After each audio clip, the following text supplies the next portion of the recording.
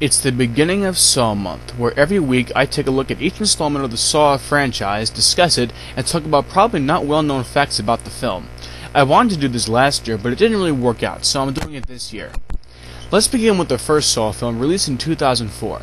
At first, it started off as a simple idea from the minds of James Wan and Leigh Whannell. They intended to make a low-budget horror film, but little did they know that what was originally a simple little idea would transform into one of the biggest horror franchises in recent memory.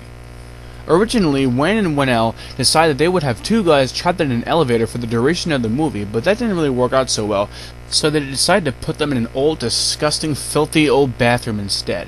The concept of the movie was simple. You had two guys chained by the ankle to pipes on opposite sides of a big bathroom, having no idea how they got there or how to get out of it, and laying between them in the middle of the room was what appears to be a corpse. The viewer is led to believe that the man had shot and killed himself, committing suicide.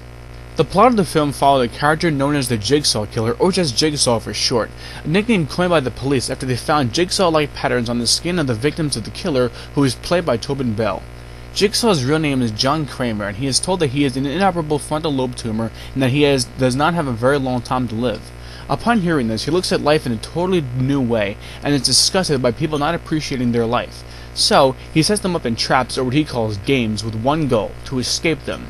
These traps would be escaped usually by doing something that the victim wouldn't want to do, such as self-mutilation or emotionally scarring them. We're introduced to a few traps. Amanda Young is introduced as a drug addict who was placed in the reverse bear trap. She had 1 minute to kill a man and retrieve the key for the device wrapped around her head and set herself free. She accomplishes her task and is congratulated by Billy, Jigsaw's puppet, which would become a staple and arguably one of the icons of the Saw series. The biggest trap of the film, and my personal favorite trap still to this day, however, is the bathroom trap. We're introduced to Lawrence Gordon and Adam Faulkner, played by Cary Elwes and the writer of the film, Leigh Whannell, respectively. Gordon is a doctor, the same doctor who informed Jigsaw of his tumor, while Adam is a photographer who was paid to follow Gordon by Detective David Tapp, played by Danny Glover. Tapp was suspicious of Gordon, thinking he was the Jigsaw Killer after finding his penlight at one of the Jigsaw crime scenes. During the movie, Gordon and Adam discover their way of escaping the bathroom when they find hacksaws. They attempt to cut through the chains but ultimately fail, and after Adam breaks his, Gordon discovers the horrifying truth. The hacksaws aren't meant to cut through the chains, they're meant to cut through their feet. They would have to cut off their chained ankle in order to escape the bathroom. Gordon, however, is told through a cassette tape that he must kill Adam by 6 o'clock. If he did that, he would be released from the trap. If not, he would die in there. Gordon didn't want to kill Adam, though, and in the end, after finding out his wife and daughter were abducted, he cuts off his foot in a rage and shoots Adam with a magnum from the corpse.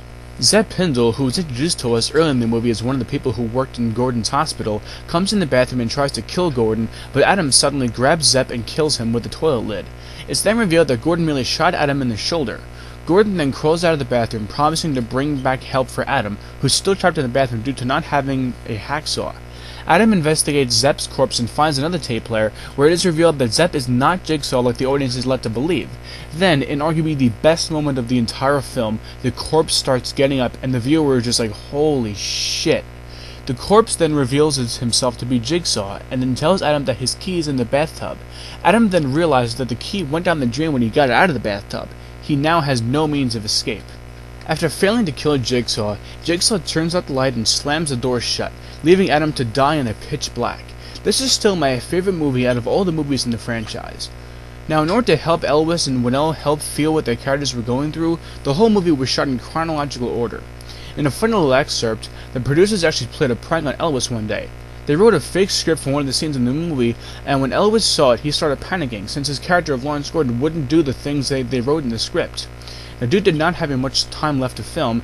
While Gordon and Adam were together for the first time in the movie after Adam had killed Zeb, the set was being taken down around them while they were filming. Must have been awkward trying to act out an emotional part of the movie while seeing the set being taken down from the corner of your eye, huh?